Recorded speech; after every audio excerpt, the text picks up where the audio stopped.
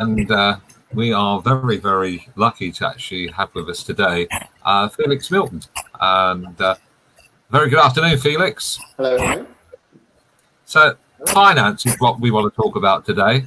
And with unprecedented times, as they keep saying on TV and everything else, what's happening in the finance world? Is it good, bad, indifferent? Where are we?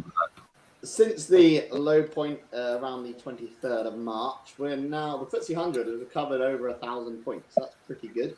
So the market seems to think it's not as bad as everything was anticipating, although at the moment, we haven't really come through this and seen what the impact's going to be to several companies. So lots of fund managers are generally thinking this is a bear market bounce, which means the market's still on a downward trajectory, but this is a temporarily uplift, but otherwise something it could be a longer recovery, which we'd hope to be, but others are a bit more negative. What sort of time recovery? That's a very good how long's a piece of string question. I mean, this has never really been done before, so you can't really gauge as to how much stimulus has been added to the economy and how long will that take to be paid back. Will the government try and do a bit of inflation to, encourage a bit of inflation to make the debt look less in real terms? So going forward, they go, oh, we can repay all this debt now. Or will they have to raise taxes? So it could be a very long recovery, but it's a very hard question to answer. Going back to the days of when we used to talk on the radio, we used to talk about pensions. How hard is pensions being hit at the moment? Less hard than they were in March.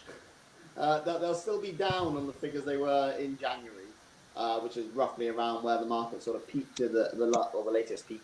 And they'll still be down, but they won't be down anywhere near as much. You may be looking at between 10 and 15% down as opposed to 25% down, which is what it was at the worst in most instances. But some are obviously worse, some obviously slightly less down. So. Yeah, because a lot of these are actually connected with what's been going on in America and China. Is that sort of thing which is now gone by, and now COVID-19 has taken over with the dips? It's not gone by. It's been put on the back burner. But Trump today, for example, still signalled more sort of threats against China, and that's had an impact on the market today. So it's down 1.25% this morning. So. It's not gone by, but COVID-19 very much is at the forefront of what's going on. We used to talk actually about investments and putting money aside in different types of pots. What is a good place to put money in at the moment? Because I would have thought that if interest rates are not very high at the moment for savings, investments must be at rock bottom. Is that a good time actually to become, I've got some money, that's the entry to go into? I mean, you're never going to time the bottom of the market, but what you need to do if you're going to invest is spend time in the market. So any stock market investment, you need to be comfortable locking that money away for a minimum of 5 years. Yes, you can access it at any time, but really, if you're going to see long, consistent returns, you want to be looking at the at least 5-year time frame. Typically 10 to 15 years is about the average for a long-term stock market-based investment. If you do have spare money at the moment, you need to carefully consider whether you actually do, because one, if you're on furlough, you're only getting 80% of your salary. So a lot of people that were saving, if they could save, have lost that savings capability because they're only getting 80% of their salary. So that's the first thing to consider. And also you need to think about going through the other side. Yes, the government's covering wages now, but it's just announced it's going to expect employers to start paying 20% of the furlough. Is that going to encourage some employers to go bankrupt? It could stimulate that, sadly. And how secure is your job? And are you going to need to rely on your savings in 6 months, a year's time? So you need to really assess how much spare capital you actually have if you are thinking of investing at the moment. Yeah, there's a lot of things actually with different companies that are laying off people and everything else. And I suppose if they've been taking money in the furlough situation, now they're getting rid of their employers or employees. Does that mean that then they start claiming unemployment? So it has a nasty effect, it just goes round in a big circle. Oh yeah, yeah. So what's the answer to all of this then? What do you think? Look into your crystal ball. How long do you think this is going to go on for? Me personally, I think the economic shock is going to be underestimated at the moment. So people are think, oh, the market's gone up a bit, my pension's gone up, my investments have recovered a bit, interest rates are low, it should be all good. But really, what you're going to do is come through the other side, and we're going to find there's going to be quite a few casualties of this crisis, with companies being closed for so long. If you look at lots of big chain shops that have suddenly disappeared because they're running that close to the line, and then a minor disruption in business activity, and they can't actually afford to operate anymore. How many more like that will be able to continue if they don't have the government support? And then again, there's going to be tax rises through the other side. So how many businesses can realistically afford those tax rises to pay for all the big economic stimulus that's happened now? And again, there was a survey the other day of the small business loan scheme that the government's introduced to help people out, and apparently over half of I can't remember where the study was, but over half of the people that applied for these loans had no intention of ever paying them back. So this isn't a good prospect for the future of the economy, and it could be a significant period of time really until we are fully back to where we were. Is it going to have the same sort of timeline as student loans for people in university, that these businesses are going to say, I'm not making the money, so I don't have to pay it back? Well, I mean, no, it's not the same as that. I mean, the risk is if they can't pay it back, they still go bankrupt. It's a normal loan, but the reason these loans are slightly different is because if you do go bankrupt, the banks won't lose out. The government will cover that, but that just adds to the government debt and so on. So we are all paying at the end of the day. Not a healthy situation, really, is it? You know, no, really. You know, and I suppose being a financial person that you are you finding that business is still ticking over at the same rate as it was, or is it slowed right up? I mean, for us, it's carrying on, if not more busy. People are at home and reviewing their finances because they've got little else to do. So we're as busy as we were before, and we're in our industry. It's very easy to remote work. It doesn't really change the day-to-day job role, so that's all fine. And we haven't been impacted yet. But of course, if investments suddenly go down another 50%. In 2007-8, there was a huge drop-off in activity for our industry, just purely because people didn't want to invest because they thought they were going to lose, which of course wasn't the case in the long run, but that's what happened at the time. I'm just thinking of people that, possibly thinking about doing investments, and they work in the hospitality trade, especially in our part of the world here in North Devon. Surely their finances are going to be so much limited that they can't really speculate. Well, yes, potentially, and that they'll need to consider if they can keep their business going, and they'll need to reinvest in the business probably as a priority when we get through this rather than anything else. So I was talking about pensions and the way that is up and down, up and down. Is it still a good time for someone to say, I need to take out a personal pension to add to what I'm possibly going to get when I get to retirement? I mean, at the moment, it's great to add to a pension because there's pension tax relief, particularly for higher rate taxpayers, is one of the easiest tax reliefs that the government will target and take away when they are looking to increase their tax revenue, because it doesn't really impact anyone, and politically it'll go down quite well because you are literally targeting the higher rate taxpayers, those that earn the most. So if you can afford to put money into a pension now, that's not to say basic rate tax relief, which affects nearly everyone, won't be impacted either. But if you could save into your pension now, you're likely to get some relief that may not last next year and going forward, just because it's a very easy pot for the government to reduce the benefits they give for saving into a pension. Now, there was a thing a while ago, wasn't there? There was an incentive that if you put so much money into savings, that the government would equal that. Is that still going? Do you mean the Help to Save scheme? Yeah. I mean, that's still going as far as I'm aware. I haven't seen that they're thinking of stopping that at all. But if it sort of, I mean, I imagine that will continue because it's designed to help the poorer of society. There are certain restrictions for who can use that scheme, and that probably won't be very costly, and it'll be politically negative to be seen to take away that savings avenue. So I imagine that will carry on. So, any questions, Stuart? Any questions, Loki? Not at the moment, no. As you can probably see on the screen, I have put on the Facebook page. If anybody has got any questions, they would like Felix to answer them, just post them on there, and obviously we'll pass them across. Yep. I've got a quick question. So, how does this compare to, or how do the effects of this compare to things like our previous recession? So there's been a lot more stimulus this time than there was last time.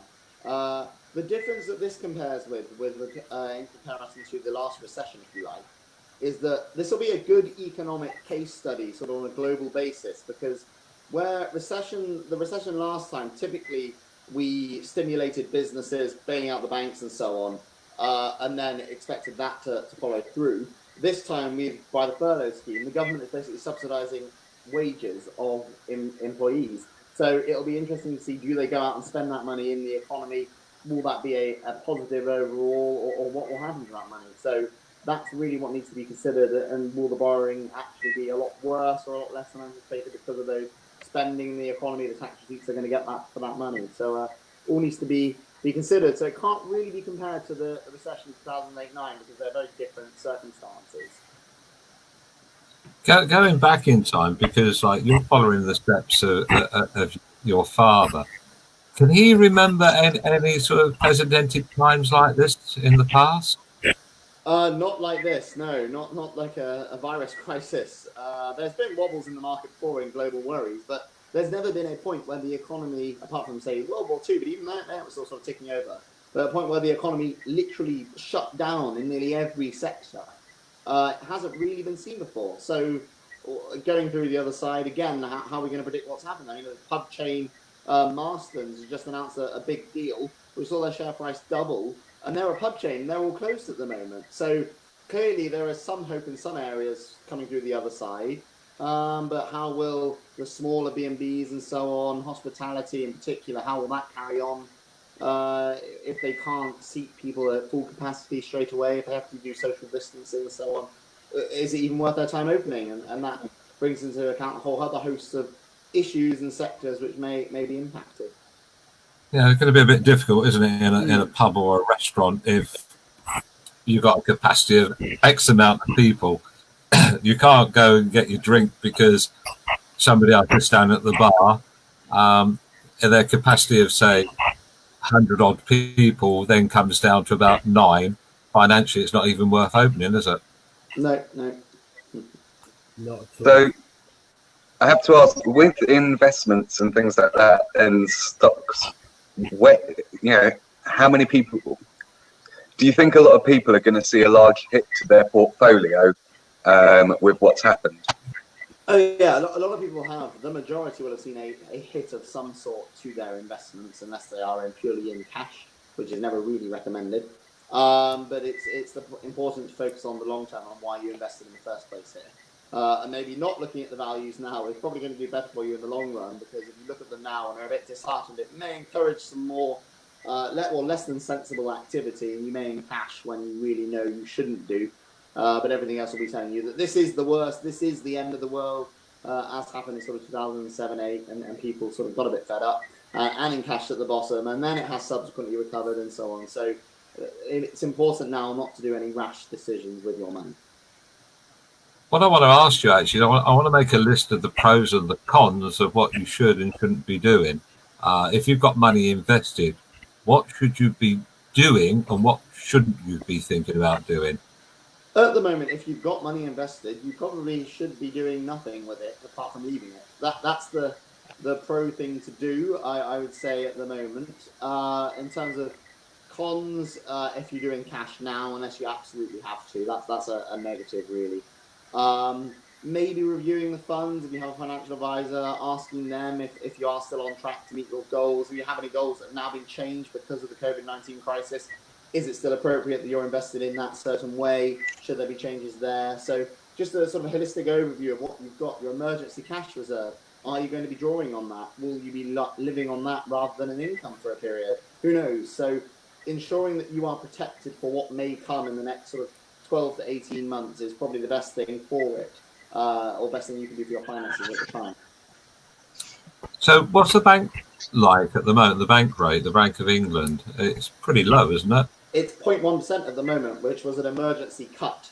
But again, the monetary policy, one of the members of the monetary policy committee came out last week and said, or not this week actually, and said that they wouldn't be surprised if it was cut again. So clearly it's being thought about, and we could even see negative rates, which is when effectively it's unlikely to affect the saver at the bank at the moment. But if we go quite far negative, it means it would cost you money to leave it in savings.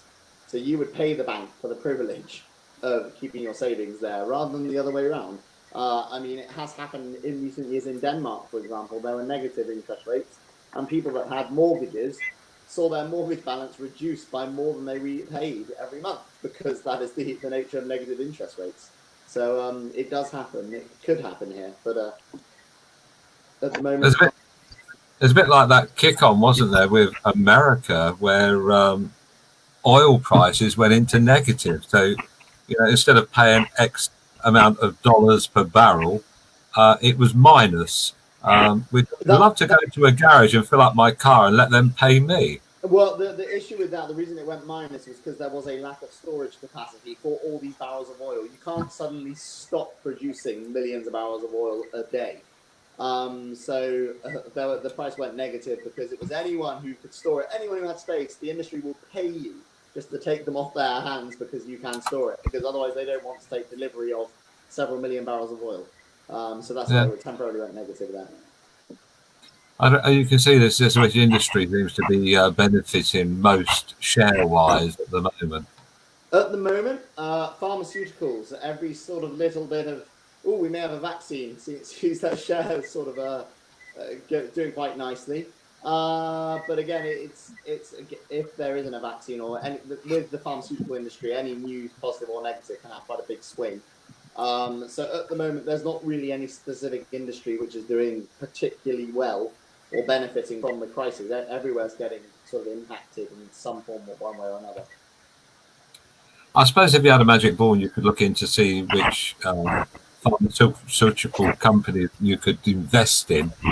If you knew which one was going to come up with a vaccine, because I would have thought that's going to be a multi-billion-pound industry to get into. Yes, yeah. I mean, another industry that's doing very well at the moment is sort of US tech, as it's not really an industry, but that has recovered phenomenally quickly because everyone's at home. The adage is, look, we're all using our video meeting platforms. We should invest there because that's going to be amazing. But again, those sectors were deemed overvalued before the crisis, and are they going to be overvalued going forward? Who knows? I mean, some of these big tech companies are great and aren't overvalued and are valued correctly by the market, in my opinion. But others are vastly overvalued in terms of what they offer. I mean, a prime one example is the video chat platform Zoom. Lots of people, lots of men on the street have been buying Zoom shares, not really knowing about the business model. We're going, everyone's using it. It can never end. But really, Microsoft has Teams. When Microsoft is a $1 trillion company versus Zoom's mere 40-odd billion, Microsoft can quite easily innovate and copy Zoom. Nothing to stop them, and it's already built into their Teams platform. So really, is Zoom's value justified? And there's sort of areas like that you need to be wary of if you are going to invest and have a gamble in one or two stocks. There is, like what you're saying about these different platforms, that it's not totally free. And various different levels that you want to go into then come at a cost. Yes. And it goes on and on and on. It's so easy to go, I'll do this on this company, but I need to have so many people doing whatever. So therefore you buy the next package and the next package. And before you know where it is, your money is disappearing down the drain because you might not be using it. So how much video conferencing do you actually do yourself within the financial world? I've been doing more than we were doing before. But again, a lot of my clients are elderly and don't want to download Zoom and understand quite how it works, so they're holding fire, and it's mainly just telephone calls at the moment. But more are open to a video chat, and hopefully going forward after this, people will realise that it is very easy, and you don't need to have a physical face-to-face meeting, and a virtual one is fine. So then there's obviously advantages like share documents and so on more easily. So I love it, but hopefully we'll see some changes coming through the other side. So is your work going on as normal but from home? Yes, exactly the same as normal. I've got my desk at home, no change for me. Excellent. Any more questions? If you were looking at stocks and shares, this was something that my mum and I were talking about the other day. Are there certain countries that it's worth checking, kind of avoiding? Because, prime example, say I had stocks in a company in China, would it be worth keeping an eye and being very cautious with those ones because of proposed problems from Donald Trump, or keeping an eye on the news? Are there certain countries that we should be a bit cautious about with our investments?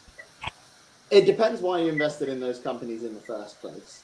I mean, yes, there's going to be noise from Trump and so on. Any sort of global politics could have an impact on their local market. But really, if you are wanting to invest in a certain country, if it is a lesser well-known economy, or there may be things that aren't disclosed as they are in the UK or Europe, as examples, you may want to consider a specialist fund manager that has a fund that invests in that region, rather than trying to second-guess yourself, because they will be aware of the politics, the tax situation, proposed tax changes, things that may impact the investment, rather than a individual investing in that one specific company in that market. So that's all I can say there. Here's a question for you, Felix. You touched on something. Financial advisor, finance fund manager. Normally two different people handling your money. Is that how that works, or does a financial advisor do the whole lot? So most financial advisors, we operate slightly differently. Most financial advisors will say you should invest in this is your financial plan. To enact it, you need to invest, and you should invest in these funds, which are then managed by a fund manager. Now, the fund manager just has a goal of growing that money in line with the remit of the fund. So if it is an Indian growth fund, that fund manager will be investing in companies in India that are designed to grow. They won't have any discussions with the end user of that fund, and anyone can buy and sell shares in that fund. So the financial advisor will say, you should have exposure to India, and I will buy that Indian fund. So that's how that would work, for example. Whereas, I mean, some financial advisors like ourselves, we're discretionary fund managers as well. So if you invest with us, we will say, right, we will look after your money for you, and we will make the individual investments, whether we choose a fund, whether we choose an individual stock, whether we choose bonds, and we will make that decision and be looking at it on a day-to-day basis and changing things for you. So that's the slight difference there with a fund manager and with a financial advisor. But personally, I think for all financial advisors, the goal should be to have a fund management qualification as well, because how can you fully understand what you're recommending if you don't have the full knowledge of the underlying fund and how it may operate? So I think it's good to be sort of well-versed in both fields. So the fund manager normally works for the company that it goes to. Let's just pluck a name out of the air. Prudential, the Pru. So if you said to somebody, put your money in Prudential, then they then have the fund manager working for that company. Yes, if they go, if you should invest in a Prudential XYZ fund, you will have a fund manager of the XYZ fund, and they will be investing that money for you, and you will buy shares in that XY units in that XYZ fund. And those units should increase in value over time because the fund manager is making sensible investments. And then when you want to sell the investment, you sell your units and you get your cash back. Right, I think I've got the gist of this now. So really, being like what you do, a financial advisor, an independent financial advisor, because it means that then you can look at all products from all different companies. Yeah. Whereas if you go to a financial advisor for a particular company, then it's only their products that you're going to be looking at. Yes, But and then, tied advisor. yeah. So once that money is, then this is where we think the money should go. Then that particular place of where it's destined to, then a fund manager which is employed by that company will then look after it. Is that how that works? Yes, effectively, yeah. Okay. Another question for you then. I know absolutely nothing about investments, but I've been told it's the way to go. How do I start? So the first way to start would be through your workplace auto-enrollment pension if you're employed, because you will have exposure to stocks and shares through that. Your pension will be invested, and that's the easiest way to get some sort of exposure. The next thing is, I wouldn't say look at plucking stocks just out of the air. If you do want to invest, you need to, one, see a financial advisor, or two, if you want to learn about it, look at the Money Advice Service, which does a good job of explaining various terms and conditions. Money Saving Expert is another great website which explains the basics. And then once you have a bit more knowledge of what you may want to do, work out why you want to invest or what you're investing for. If it's for the longer term, why would you not put it in your pension? Because you know you can access that in the future. But if it's a more short-term goal, should you be investing? And it's all these things that a financial advisor can help you consider. And most will offer a no obligation sort of free first appointment. So if you do need that sort of guidance, go and speak to them, and you may find that actually you could do with having a formal financial plan just to make sure you're on the right track. And is there like a minimum to how much a person should invest? So typically, there is not a minimum. You can invest as much or as little as you want. Obviously, the more you invest, the more you're going to have at a later date in theory anyway. So really what you need to do is make sure that you are protected in terms of your cash reserves in the first instance. So before you invest, have you got between 3 and 6 months of your income saved up in cash? If you say no to that, then maybe you need to consider that. However, if you're working and you don't have that figure, keep playing into your workplace pension, because when you pay in, your employer pays in too, and you'll be getting 8% of your salary effectively saved each year. So that's a great way of saving. And then once you build up that cash, consider what else you may want to invest for, what your other expenditures are, how much can you afford to invest, and then invest on a regular monthly basis, perhaps going forward, and seeing what you can get at the end. Is it risk evaluation? That's the big thing, isn't it? Risk evaluation of how much of a risk you'd like to take with your investment to where it's actually going to be destined to go into. Well, it's almost there's almost two ways of looking at this. It's how much risk do you need to take to achieve your end goal? Is your end goal realistic if you're not accepting of a high level of risk to achieve it, for example? And what would your capacity for loss be? So if you lost the money and it went to zero, which is unlikely if we're invested in a broad basket of big companies, but if it did go to zero, would it impact your standard of living and your future prospects? Because if so, you probably shouldn't be investing in something that's that high risk. So you need to consider what you need to do and what you want to do with that money if you do invest it. So I've always been under the impression that if you are a gambler, you should only gamble what you can afford to lose. Yeah, that's precisely. Investments is slightly different, isn't it? Slightly, but you should only invest, well, to an extent, you should only invest what you can afford to lose. However, some need to invest in order to meet their goals and their lifestyle. So therefore, investing is necessary, even though a fall in the value could impact their standard of living. If they don't invest, they're going to run out of money a lot quicker, for example. That's a prime reason why you invest. So if you are in that sort of category, you should consider speaking to a financial advisor who will be able to guide you more in terms of the options you have for investing.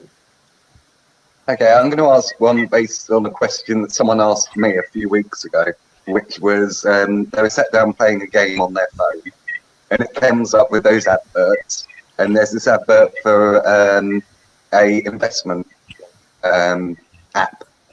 So you can learn how to do stock markets, things like that, and you can invest. for a first-time person doing investments and doing stocks and shares, should they just jump straight into that, or should they come and see a financial advisor first? Or what would you recommend? Those apps are great because they pool their economies of scale, so you can invest very low amounts into these apps. What I wouldn't suggest that anyone does if they are a complete novice is invest in a company because they like the name or they use the product or they're familiar with it.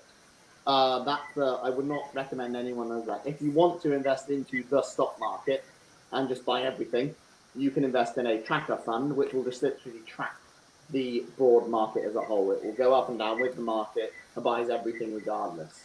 And that's the easiest way to get some experience with regards to the stock market going up and down without picking a specific stock. So that's what I say. If you want to dip your toes in, don't pick stocks because you like the name or you like the company or like what they do.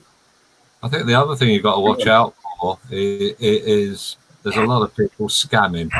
If it looks too good to be true, then it's going to be a bit too good to be true. You're going to lose money.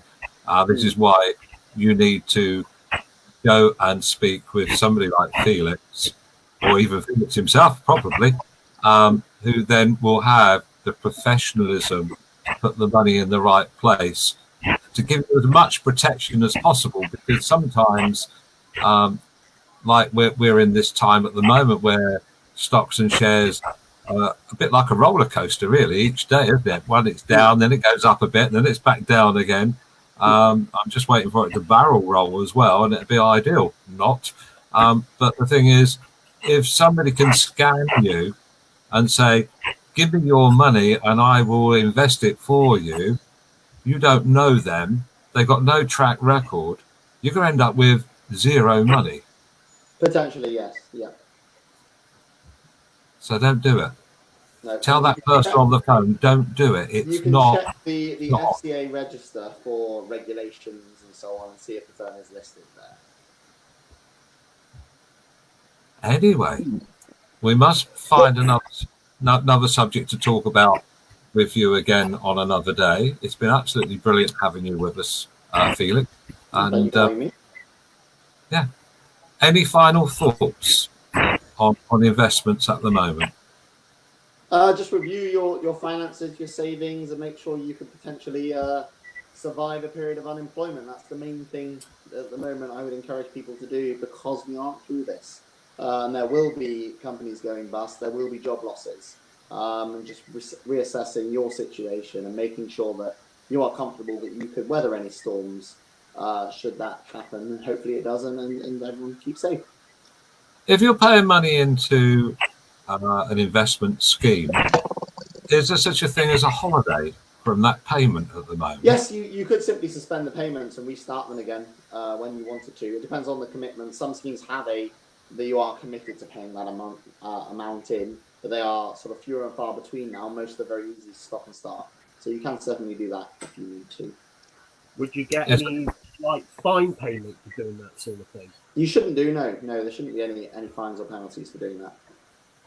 What about businesses paying rent and rates? Has there been any holiday situations for them, or they had to pay up? There's no business rates at the moment. They are 100%. There are business rates. That's a slight lie. There are business rates, but in certain industries that have been very badly impacted, there is 100% rate relief. So you aren't paying any business rates at all in that respect. And there are small business loans available from the council and grants as well, depending on the industry. So there's been a lot of business support there too. Okay. Just before we finish, give everybody your contact details, your email address, if somebody wants to get in touch with you direct, Felix. So you can find me on Facebook and Instagram under Finance with Felix. I'm on Twitter as Felix_Milton. And you can email me at felix.milton@miltonpj.net if you'd like to contact me. So I'm available on all those platforms and can respond pretty easily. Thank you very much. Excellent. Brilliant. Thank you, Felix. And we'll see you again soon, hopefully.